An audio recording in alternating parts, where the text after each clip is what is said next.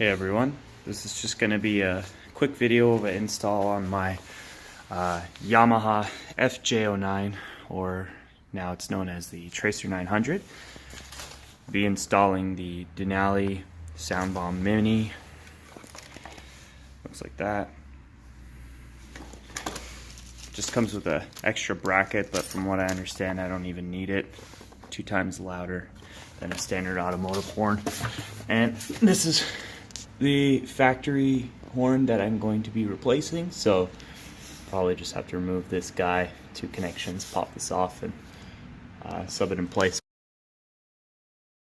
So it looks like it really is that easy. I just pulled these 2 off this little nut. It's 10 mil, and it looks like you just put it right on there, just like that.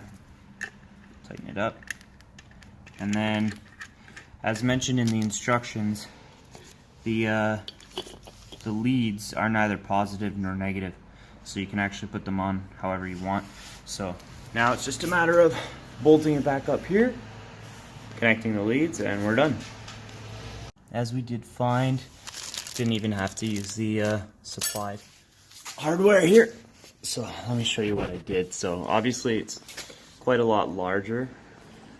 What I did was, let me see if I can get the camera in here, maybe not. What I did here was I connected the leads here, and I wanted obviously this pointing out. I did see a lot of videos where this pointing down.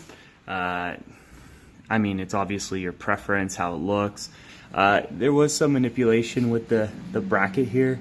You can see you kind of have to point it straight out and run the leads behind there. I did have to pull a little bit of slack, but anyway, it looks fine from a clearance perspective. Always make sure once you're done, turn the bike right and left, and that it's not hitting anything, but we're not gonna have problems with that. So that's what it looks like finished.